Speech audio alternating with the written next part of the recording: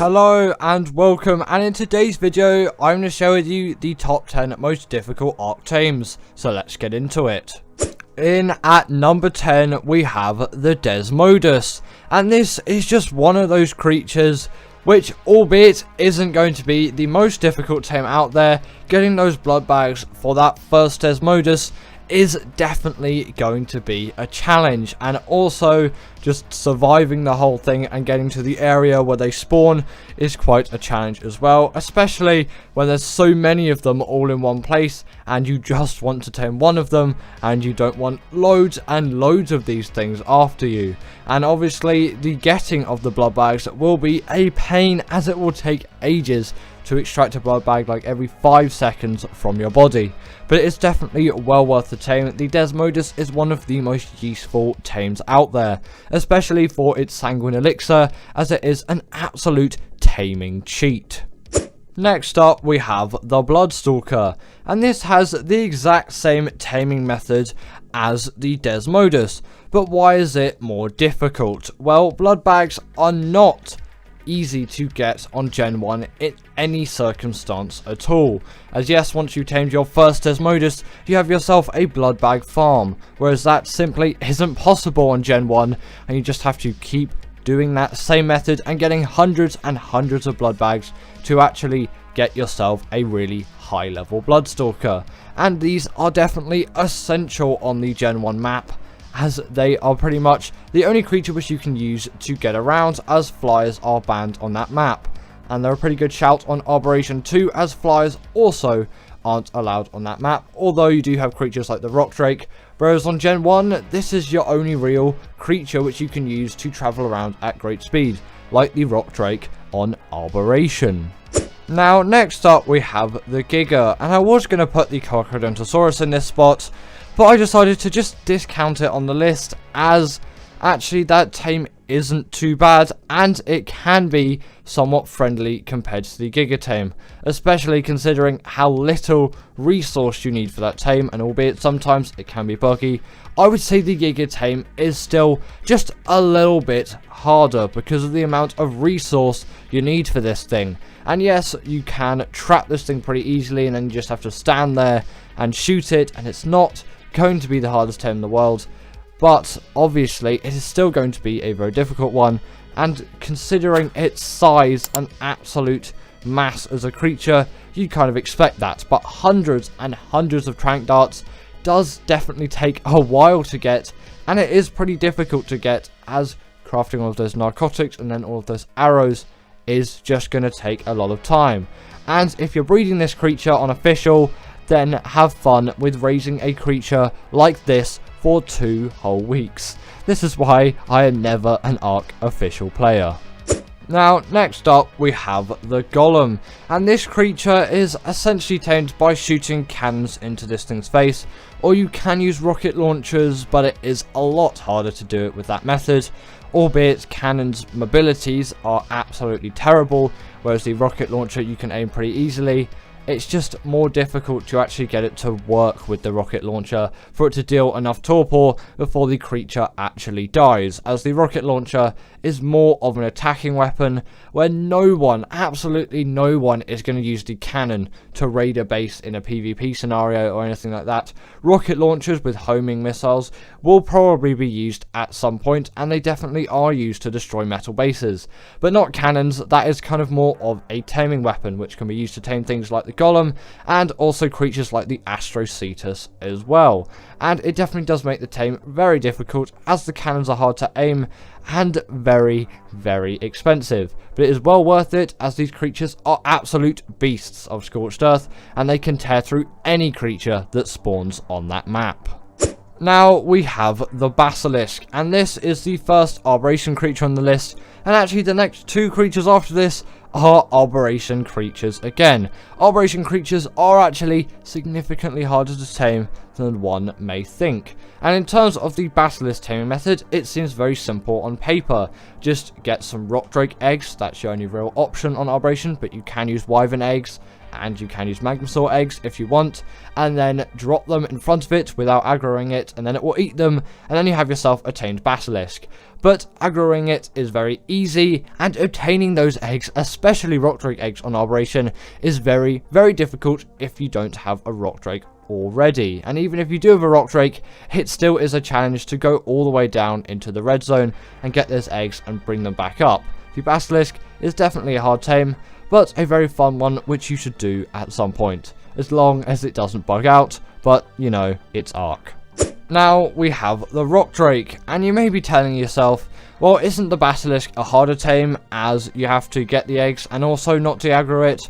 Well, this kind of becomes a more expensive tame, basically just requiring air conditioners to raise it once stolen, but obtaining that egg and also getting it out without a rock drake is very difficult, and you can tame the basilisk if you already have a rock drake, and it will make that tame much easier. But if you don't, then the basilisk tame may be considered a little bit harder, as there are some extra steps, but you do have to raise this creature as well on top of hatching it, so it is a very, very timely process, which is why I'm putting it higher on this list than the basilisk. But once tamed, this is a creature which is essential on Arboration, and if you are playing Arboration, then you definitely want to tame these things, as this is pretty much your only real way of traveling around the map like you would with a flyer, and it is such great achievement once you obtain one of these things, and it is so worth getting one of these things, and you definitely really should try and get yourself a rock drake as soon as you can. Albeit they are very difficult tames, it is definitely attainable to an Ark player with any moderate level of experience. And the Reaper had to be on this list. This creature is one of those tames with an immense amount of steps. Again, somewhat seeming simple on paper, requiring you to get this thing down below 1,000 health, get impregnated by it, and then just raise the Reaper baby. But there are so many little things which you'll need to do in between that. Firstly, finding a Reaper, then building a trap to actually damage down that Reaper, then going up to it and getting impregnated by it, which can lead to you dying if for some reason it doesn't want to do the impregnation thing. You can tell its health is low enough when it has a red glow. Then after that, you need to get loads and loads of XP to get this Reaper to be as strong as possible. Then after it's raised, it's going to kill you so many times, and Reaper pheromone glands are going to be used to kind of put yourself in the position that the Reaper mother would be in. But once tamed, it is well worth it, as these are the beasts of Arboration. They deal so much damage, and no creature can really stand against the Reaper. They're even stronger than the Giga, really, in my opinion, in terms of force, and they're a lot smaller in terms of their size as well, and they have a hell of a lot more mobility over something like the Giga. In at number 3 is the Rhinognatha, and these creatures are very irritating and difficult to tame, as their tame method just has a wealth of steps. And on ASE at the moment, and just into the future on ASE, you will just have a hard time finding these things on the island or Lost Island in any swamp biome, as they are incredibly rare. Whereas on ASA, the spawns are somewhat fixed, and they're really not difficult to find at all. So it's significantly harder on the older version of Ark due to their spawns, but you can always just raise your dino count, do the dino wipe command, or anything that helps the spawning of dinos as long as you're on single players. The dino wipes command, if you wanted to know, is destroy wild dinos, if you didn't know that already. Don't just put destroy all dinos. I can't remember what it is. There's a command like destroy dinos. That will destroy your tamed dinos too, and you don't want to do that at all. So destroy wild dinos, and that is going to dino wipe all of the wild creatures on the map. And in terms of this thing's taming method, you'll want to kill a male Rhinognatha to get its pheromone, which is a challenge in itself because they have a lot of health and they pack a punch in terms of damage. Then get a Bronto on all of those items which are on screen if you want 100% effectiveness. The Bronto isn't strictly necessary, just use any kind of large creature, but the Bronto is definitely the advised. Then really you want a net gun for this, so net gun it, And then after that, you're going to want to damage this thing down to a really, really low amount of health, as low as you possibly can. You may need to hit it a couple of extra times. I'm using Awesome Spyglass mod here, but that isn't on ASA at the moment, and so isn't the net gun, so you need to trap it in that case.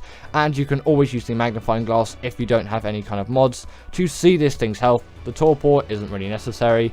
Then you're going to want to feed that pheromone into your Bronto, or whatever creature you're using in this case. I'm not sure what creatures can be used. The Bronto is definitely advised.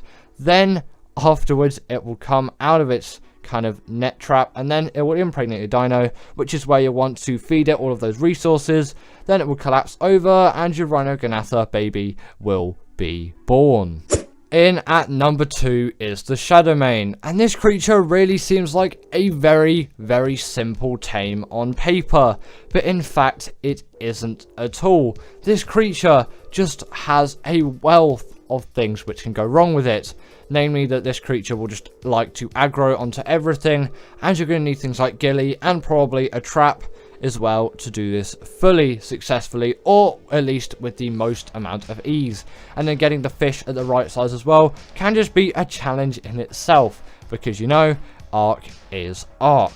But before we get into number 1, I just want to list a couple of quick honourable mentions which didn't make it onto the list. The Troodon has to be mentioned on this list, so does the Carcharodontosaurus, the Noglin, the Astrocetus, the Astrodelphis, the Titanosaur, all of the Titans which you'll find on Extinction, the Managama, and the Hesperornis, all having their own varying difficulties in taming methods. So let's get into that number 1 spot.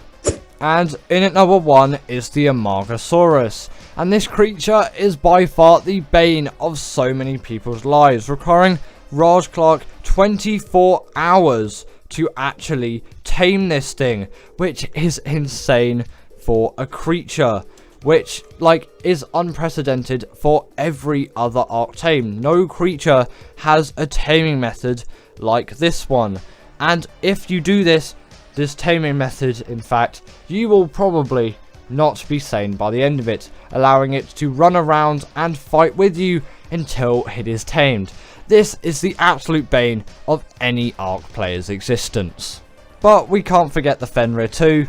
This thing is it's just too difficult. In at number 10 is the Archaeopteryx. Now this thing definitely isn't really too much of an annoyance in terms of its taming method. It just spawns in a really annoying area, and also this thing just has a very weird taming food as well. You literally have to feed this thing chitin. This thing, in my opinion, just has a really annoying taming method, as somehow whenever I'm taming one of these things, for whatever reason I actually tame one of these things, I always end up messing it up miserably. And also, once you have got this thing tamed, it isn't really even worth having one, because the glide suit exists now. Before the glide suit existed, this thing may have been very viable for you. But now the glide suit exists, these things really are not worth the tame, and for me, they are just really, really annoying. In at number 9 is the Basilosaurus. Now, in my opinion, this may not be the same for you, but I just really, really hate passive tames. Passive tames are literally the bane of my Ark playing. Especially around a Basilosaurus in the wild, you will find loads of mantas. And mantas are an absolute pain. The worst part of taming a Basilo is definitely luring all of those mantas away and finding a way to either lose them or dispose of them. And sometimes that just takes absolutely ages. And on top of all of that, the Basilosaurus tame does take a while on top of that as well. Passive tames are definitely not fast, and I would argue that a knockout tame is significantly faster than a passive tame. When you have tamed a Basilosaurus though, these things are incredibly useful, and I do think every Ark player at some point should tame themselves a Basilosaurus. These things are absolutely legendary. They are by far the best creature for doing underwater caves, as they are immune to electric eels and jellyfish, which is a godsend. In at number 8 is the Arthropleura. Now for me, the Arthropleura is a completely useless tame, I have absolutely no use for this tame at all, but if you play PvP on Ark, the Raasclark is a great shout and definitely a tame worth taming. But it is definitely an annoying tame which you really shouldn't underestimate. It is a passive tame as well, where you will feed this thing spoiled meat, you'll need bug repellent, and you'll need ghillie. But the thing is, where Raasclark spawn, there are loads and loads of other hostile creatures. But I would say Raasclark is the go-to map for taming these things, as on the island, they only spawn in caves, and you really do not want to be taming one of these things in caves, as it is pretty much bound to go wrong, unless you kill every other creature in the cave, which simply isn't viable. But in terms of the mantis's use in PvP, these things can destroy any type of structure. Yes, even tech. But the thing is about this creature, which makes it even better for PvP, it is small and easy to get around. In at number 7 is the Bloodstalker. This was definitely a much bigger issue in terms of taming back when Genesis Part 1 came out, but now that the Desmodus exists, blood packs are so much easier to obtain now, and the Bloodstalker tame isn't as annoying as it used to be. But if you are just playing on Genesis Part 1, the Bloodstalker can still be a very annoying tame, and a Desmodus isn't an easy tame in itself either, so it is definitely a task to get all of those blood bags, especially if you are taming a high level. It could even take thousands of blood bags if you're playing on official and you are trying to tame a max level 150. But once you have got a Bloodstalker tamed, these things are by far some of the best traveling creatures in Ark. Obviously, the Maywing is a lot better than the Bloodstalker for any kind of traveling, but the Bloodstalker is, in my opinion, a lot more satisfying to use than the Maywing, even though it does require a bit more skill to control, as the Maywing is actually quite simple in its controls. It still takes a while to learn, but if you compare the Bloodstalker to something like the gas bag, this thing is much easier to control, and also Genesis Part 1 really rewards you for learning those skills, as there are many missions where you will need a Bloodstalker, and there are also Bloodstalker race missions on Genesis Part 1 as well. So if you want some quick, easy hexagons, then actually if you are good at flying a Bloodstalker, it might not actually be a bad shout to learn how to fly a Bloodstalker, and then you will be able to combat those missions really easily and get all of those necessary hexagons. In at number 6 is the Basilisk. Now, I'm sure by now you know how the Basilisk is tamed, and it is definitely an annoying one which you should not underestimate. You will need eggs such as a rock drake egg, a magmasaur egg, or I think wyvern eggs work too. And essentially, after you have those eggs, what you need to do is, from a higher position where it is not aggro to you, you need to drop the eggs above it, and then it will keep eating those eggs, and then eventually at some point after many eggs that it is eaten, you will tame yourself a Basilisk. And this is definitely a tame worth taming. They are reasonably fast, they do insane amounts of damage, and I'm pretty sure their second attack even does torpor. And they are actually quite good base defense as well, as you can bury them into the ground and store items if you needed to do that. Or for the unsuspecting PvP raider of your base, you can have one nicely positioned outside. In at number 5 is the Astrodelphis. This is definitely a new Ark creature in the grand scheme of things. Yes, it is 2 years old now, but I still classify it as a newer Ark creature, as it is not pre-extinction, I would say. It's kind of new Ark creature stage things. But either way, if you were wondering how to tame one of these things, the Astrodelphis on paper seems like a very simple tame. You simply pet it and then feed it element. That may seem like a really easy task, but trust me, the Astrodelphis is definitely not an easy task to tame at all. The element definitely does take a lot of time to gather, not really on Genesis Part 2, but it will still be a bit of an inconvenience. But mainly that petting cycle and it running away and then you feeding it element can be really annoying, as the space biome on Gen 2 has many creatures like the void worms which can really really mess up your tame, and the Astrodelphus itself can just mess up the tame, as in some cases Astrodelphuses may get too hostile and you'll just get knocked around, and they may bite you and attack you, especially when they come in packs. It can be really hard just to get near one, as like a Diplo would do, they just keep knocking you and kind of playing you around and stopping you from getting anywhere close to them. Once you have one tamed, they are absolutely insane. In at number 4 is the Golem.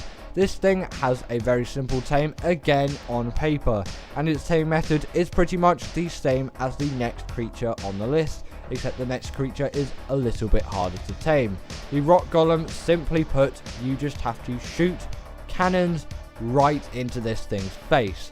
And actually that is a little bit of an issue, as cannons aren't very easy to control on Ark, which makes it really annoying, and also a Rock Golem head is pretty small for a cannon to actually hit. It's like the Titanosaur tame. Yes, it may seem quite easy to just shoot a cannon directly into its face, but this is a moving target. Yes, you can trap it, but it will still move in some cases and attack and kind of move itself out of the way a bit. This is not as simple as it seems on paper. But once you do have one of these things tamed, they are insane creatures on Scorched Earth and any map, really. They are great PvP tames. Definitely a very valuable creature that deals a lot of damage. But just as a quick note, you also are not going to feed these things meat. Don't do it, feed them rocks. In at number 3 is the Astrocetus. This is tamed the exact same way as the Rock Golem is, and the way you do that is by shooting cannons directly into its face. Yes, a Astrocetus' face is a lot bigger than a Rock Golem, but with the zero gravity where these things spawn on Genesis Part 1, and their general higher mobility than a Rock Golem, and a different dimension you have to deal with as you were taming these things in the air, they can definitely be a lot more difficult than a Rock Golem to tame.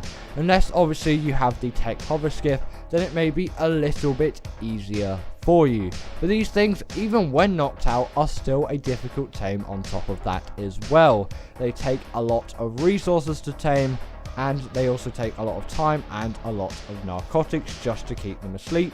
Once tamed, you have yourself an absolute hunking beast of a PvP creature. In at number 2 is the Rhinognatha.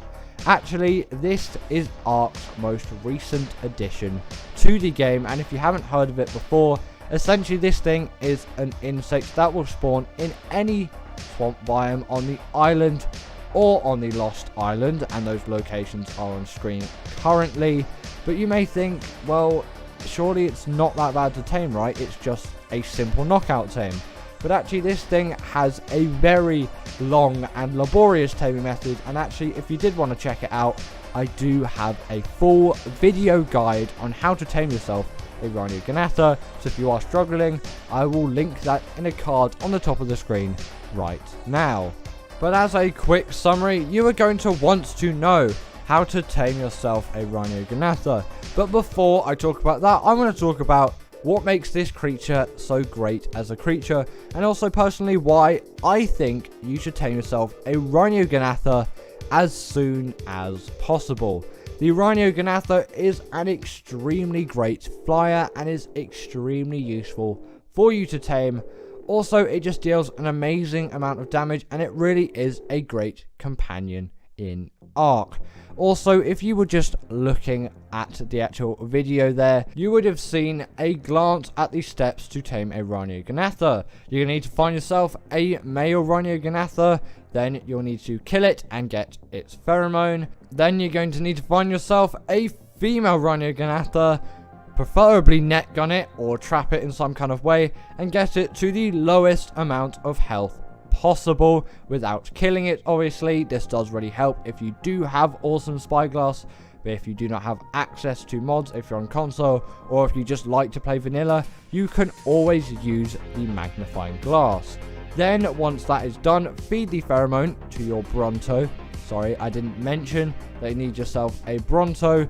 Then at some point when the Rhinognatha is out of the net gun, it is going to impregnate your creature, And then from there, you will need to go through the hunger timers, which will require all the resources which were on screen about a minute ago, and then you would have tamed yourself a Rhino Ganatha. And finally, in at number 1 is the Armaga. These things are an absolutely annoying tame. Essentially, what you need to do is hunt around with these creatures, and they will hunt with you. But the catch is, you can only hunt hostile creatures to actually gain that taming effectiveness. And this can go wrong on so many levels, and it is such an annoying tame that it really just, there is no way to get around it. It is just so annoying. It takes so much time. It even took Raasclark, a reasonably good Ark player, 24 hours. Yes, a whole 24 hours just to tame one of these things. They are definitely insanely difficult tames. But anyway, that is the end of today's video. Did you agree? If you didn't, comment your top 10 in the comments down below, and I will see you all later. Bye.